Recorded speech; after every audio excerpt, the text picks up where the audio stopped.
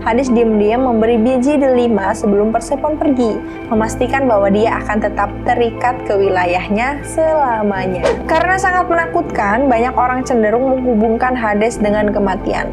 Tetapi kenyataannya, Hades adalah salah satu dewa yang paling adil. Siapapun, hidup atau mati, yang mencoba untuk melanggar peraturan tersebut dan menyelinap melewati Cerberus, pasti akan hancur berkeping-keping. Assalamualaikum warahmatullahi wabarakatuh. Hai Sober, welcome back to Soberia.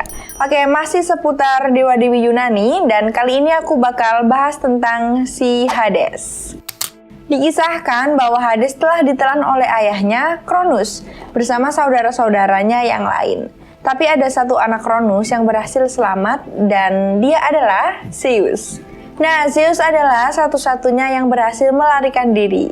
Dan ketika mencapai usia dewasa, Zeus berhasil memaksa ayahnya buat muntahin semua kakak-kakaknya yang udah ditelan tuh sama si Cronus. 6 anak Cronus kemudian bergabung dengan dewa lain dan memulai Titanomakhia untuk melawan Cronus dan Titan lainnya. Nah, Titanomakhia adalah pertempuran para dewa yang dipimpin oleh Zeus. Sedangkan musuhnya adalah para Titan yang dipimpin oleh ayah mereka, yaitu Cronus. Dari pihak Zeus sendiri dibantu sama para Cyclops, raksasa bermata satu yang ahli dalam membuat senjata loh guys. Cyclops adalah anak dari Uranus dan Gaia. Sebelum perang dimulai, Cyclops telah dipenjara di Tartarus oleh ayahnya, Uranus, bersama putranya yang lain yang merupakan monster juga, yang namanya Hecatonchire, karena memiliki penampilan yang sangat mengerikan. Tetapi Zeus membebaskan mereka, lalu merekrut mereka ke dalam bagian perang melawan Titan. Sebagai bagian dari upaya perang, Cyclops menciptakan 3 peralatan supranatural untuk 3 bersaudara Olympian. Sebuah petir untuk Zeus, trisula buat Poseidon, dan helm buat si Hades. Nah, ini loh guys yang lucu. Jadi pas Hades pakai helm kegelapan nih, dia tuh jadi nggak kelihatan gitu kayak Casper gitu loh guys, langsung hilang. Terus nih ya, dia menyelinap ke dalam markas para Titan dan menghancurkan senjata para Titan. Oke, dari sini juga udah ketebak dong siapa yang menang. Pihak Zeus jelas lebih diuntungkan dalam situasi ini. Dan yap, bener banget. Pihak Zeus lah yang memenangkan perang ini. Oh ya guys, kalaupun begitu, perang Titanomakhia ini berlangsung lama banget loh, hampir 10 tahun coba. Setelah mengalahkan Titan dan Giant oleh para dewa Olympian, Hades melakukan undian dengan saudara-saudaranya, yaitu Zeus dan Poseidon. Jadi mereka tuh kayak meeting gitu loh guys. Nah, hasil dari meeting tersebut adalah mereka akhirnya mendapat kesepakatan kalau Zeus memerintahkan langit, Poseidon memerintahkan laut, dan Hades memerintahkan dunia bawah. Jadi mereka itu menjadi raja di daerah kekuasaan mereka masing-masing. Nah, tapi nih guys, ada juga yang bilang kalau Zeus dan Poseidon itu curang loh guys. Lagian siapa juga yang mau merintahin daerah underworld yang tempatnya tuh kayak neraka gitu loh guys. Ngeri sih kalau aku, mendingan kabur, ya nggak sih? Nah, setelah itu Hades kemungkinan lebih ditakuti oleh banyak orang Yunani. Ya siapa juga ya yang nggak takut kalau ngelihat penguasa dunia bawah gitu, serem kan pastinya. Nyebut nama Hades pun mereka udah kayak ngeri gitu loh, kayak mereka tuh udah takut sendiri sebelum manggil. Nah, sebagai gantinya, Hades memiliki nama julukan seperti Eubuleus yang berarti memberi nasihat yang baik. Terus mereka juga ngelakuin ritual buat ngehormatin dewa Hades gini loh guys. Mereka yang melakukan ritual itu memberikan darah mereka yang dibiarkan meresap ke dalam bumi untuk mencapai dunia bawah atau underworld. Jadi Hades tuh satu-satunya dewa yang nggak tinggal di Olympus. Dia tinggal di bawah bumi, nggak kena sinar matahari, penuh kegelapan, dan betapa dalam kegelapan abadi tersebut. Dalam mitologi Yunani, Hades dikisahkan jatuh cinta dengan Persefone, putri Zeus dan Demeter, dan menculiknya untuk tinggal bersamanya. Hades tuh cinta pandangan pertama loh guys. Jadi ceritanya tuh pas Hades berkunjung ke dunia, dia tuh kayak bosen gitu kan ya.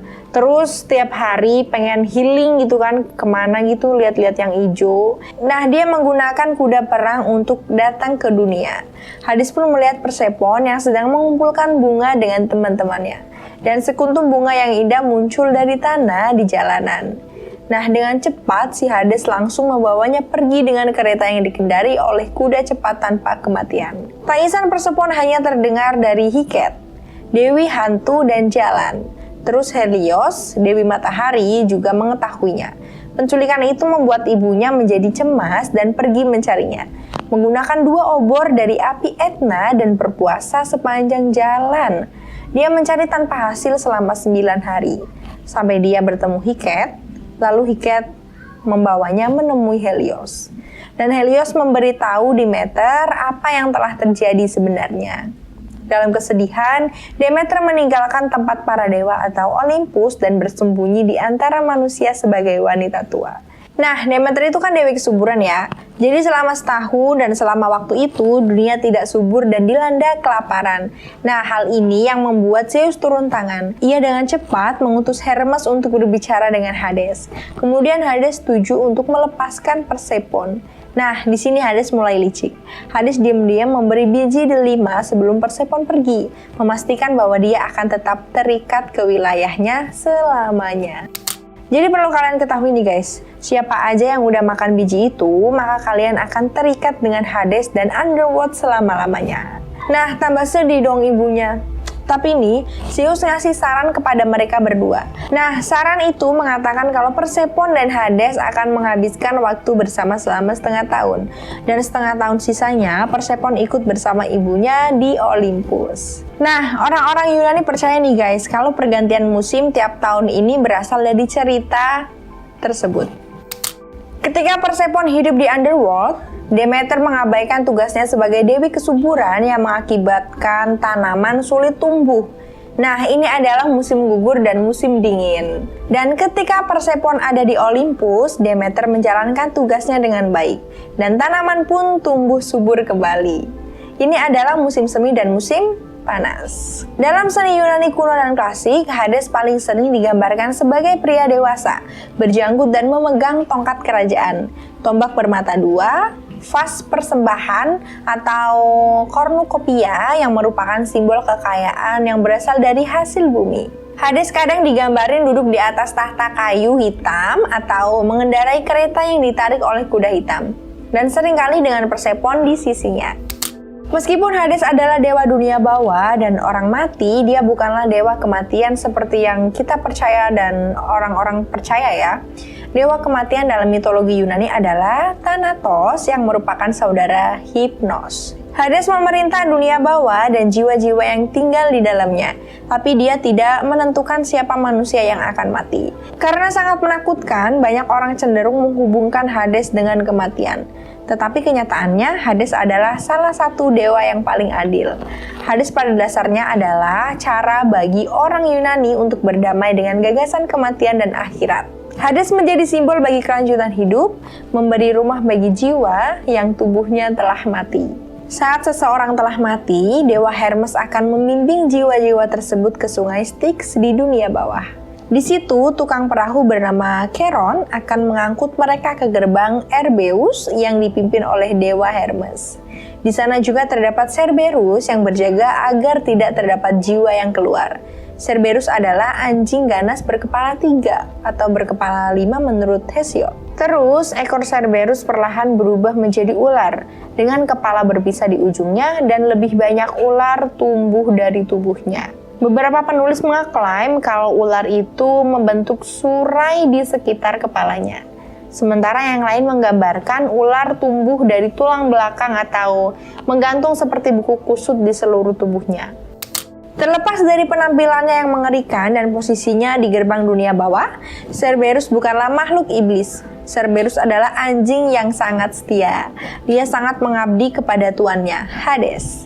Dan ketika Hades memutuskan untuk menjadikannya salah satu penjaga dunia bawah, dia juga mengabdikan dirinya pada tugasnya. Cerberus mematuhi 2 aturan dalam tugasnya, yaitu mencegah jiwa-jiwa yang masih hidup memasuki dunia bawah, dan jiwa-jiwa yang telah mati meninggalkan dunia bawah. Siapapun, hidup atau mati, yang mencoba untuk melanggar peraturan tersebut dan menyelinap melewati Cerberus, pasti akan hancur berkeping-keping. Tapi ingat ya, itu adalah tugas yang diberikan kepadanya oleh tuannya, bukan pembantaian acak terhadap korban yang tidak bersalah.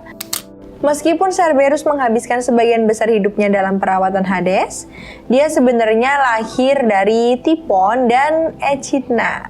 Typhon adalah monster paling mematikan dalam mitologi Yunani loh, seekor naga besar dengan 100 kepala dan bahkan lebih banyak sayap. Echidna adalah makhluk setengah wanita, setengah ular yang dikenal sebagai ibu dari para monster. Dia tinggal di sebuah gua, di mana dia hanya dikunjungi oleh Typhon, kekasihnya. Ketika Cerberus baru dilahirkan, Zeus melihat potensi khusus di Cerberus. Dia mengambil anak anjing itu dan memberikannya kepada Hades untuk dibesarkan sebagai penjaga dunia bawah. Nah, balik lagi nih ke Charon. Untuk membayar jasa Charon, menyeberangkan orang yang mati, anggota keluarga yang berduka harus menaruh koin di mulut almarhum. Orang mati yang tidak bisa membayar Charon akan dikutuk untuk mengembara di bumi sebagai hantu. Keyakinan ini mengisyaratkan bahwa dunia bawah belum tentu menjadi tempat siksaan dan penderitaan. Tapi dalam banyak kasus, dunia bawah merupakan tempat peristirahatan terakhir bagi jiwa. Setibanya di gerbang Hades, tujuan akhir jiwa ditentukan oleh penilaian atas tindakan mereka saat masih hidup. Secara tradisional nih guys, 3 hakim yang menghakimi jiwa adalah Minos, Radamantis, dan Ayakos. Jiwa-jiwa yang dinilai menjalani kehidupan yang baik akan dibawa untuk meminum air sungai Lethe yang membuat mereka melupakan semua hal buruk dan kemudian dibawa ke Elysian Fields yang indah. Jiwa-jiwa yang dinilai menjalani kehidupan yang buruk ditempatkan di tangan Furies dan dibawa ke Tartarus, tingkat terendah dari dunia bawah untuk menerima hukuman atas kesalahan mereka. Jiwa-jiwa yang paling bersalah, mereka yang telah menyakiti para dewa dengan perbuatan mereka, dihukum dengan siksaan abadi. Contoh dari mereka yang menerima hukuman abadi adalah Sisyphus, yang harus selamanya menggulingkan batu ke atas bukit. Tantalos yang tidak pernah bisa menghilangkan dahaganya. Oknos yang menganyam salah satu ujung tali sementara keledai memakan ujung yang lain. Putri-putri Danaus yang harus mengisi saringan dengan air. Dan Ixion yang diikat ke roda yang terus berputar. Pusing gak tuh? Meskipun menjadi tempat yang menakutkan bagi orang hidup, dunia bawah dikunjungi oleh beberapa hero dalam berbagai petualangan mereka, termasuk oleh Hercules untuk menangkap Cerberus.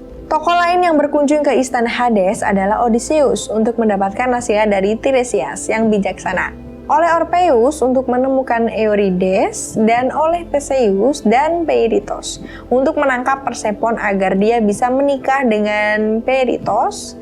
Dua tokoh terakhir ini kurang beruntung daripada yang lain karena Hades memenjarakan mereka di 2 tahta. Dan hanya Theseus yang kemudian bisa melarikan diri dari dunia bawah setelah dibebaskan Hercules.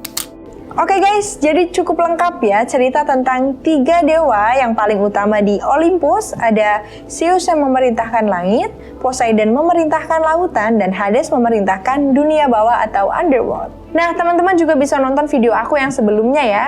Oke, aku Putri Diana and see you!